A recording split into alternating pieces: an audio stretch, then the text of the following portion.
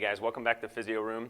Again, Dr. Andrew here, coming to you with episode number 10 of our Ready to Run checklist. And I know I've said this before, I've talked about one of our most favorite things, or my favorite things on the checklist. This is another one of them, okay? So something I'm very passionate about that we're gonna go through today on the whiteboard is general recommendations that I have for you on strength training for runners. So before anybody questions whether strength training is important for runners, I just want to let you know, yes, it is important for you to strength train, lift weights, do resistance training as a runner.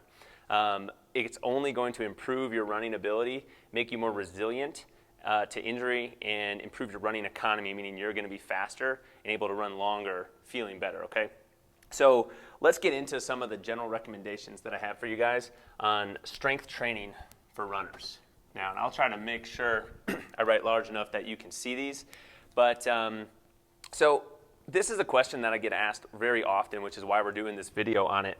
What should I do for weightlifting as a runner? Or is it important that I lift weights? So like we mentioned, yes, it is important. So let's go through some of the things that you should do. So my first general recommendation is to have at least 2 days per week.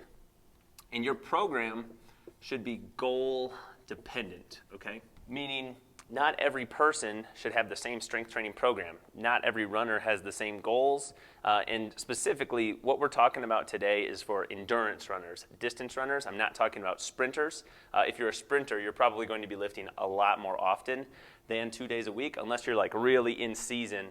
But you're gonna need a lot more strength and power as a sprinter, okay? But for endurance runners, 2 or more days a week is the general recommendation.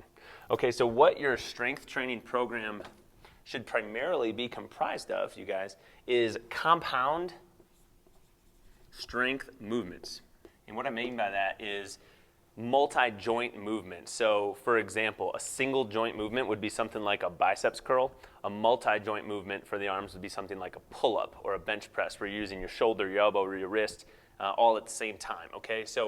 And these exercises should be for your total body.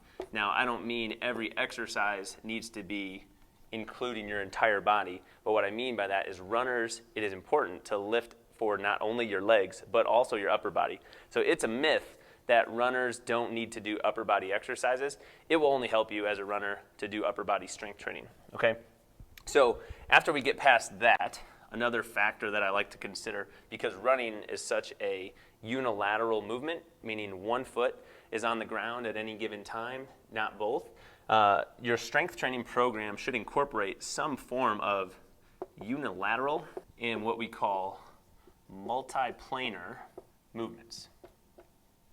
So doing things where you're only on one foot, or maybe you're stabilizing with only one arm.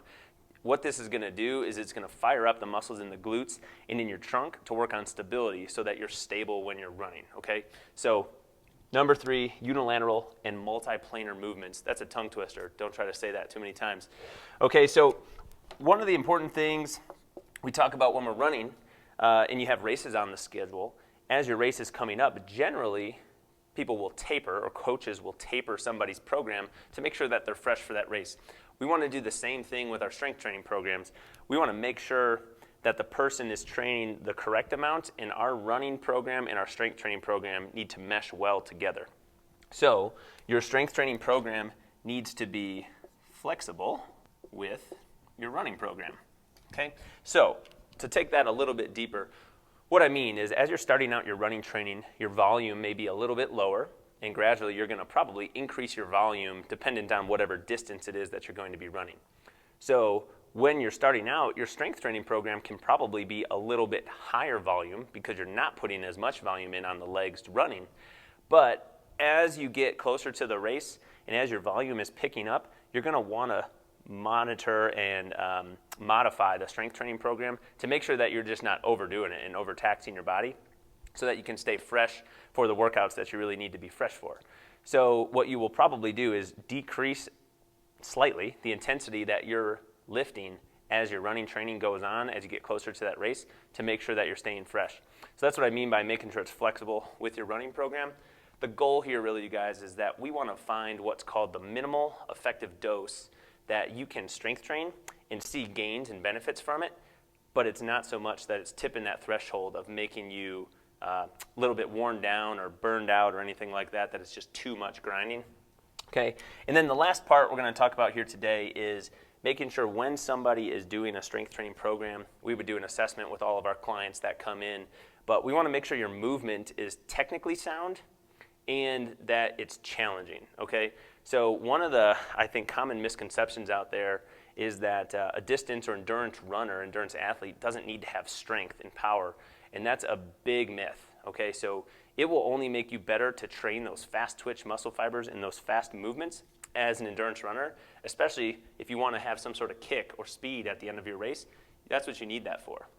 So my opinion is that it would benefit a endurance runner more to do, for example, sets of heavy squats where they're challenged to only be able to lift the weight maybe like 5, 6, 7, or 8 times, as opposed to coming into the gym and knocking out like a set of 100 body weight squats.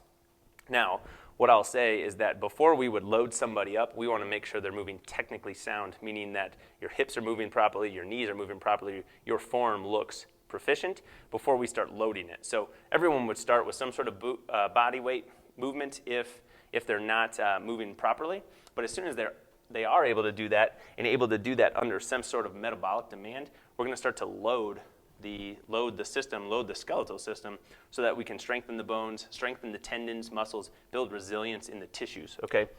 So what did we say? We said technically sound and challenging, because just like you know with your running, if it's not challenging, it's not really going to change you that much, right? Eventually you're going to hit some sort of plateau, so we want to make sure we incrementally continue to challenge the system and modify it as appropriate.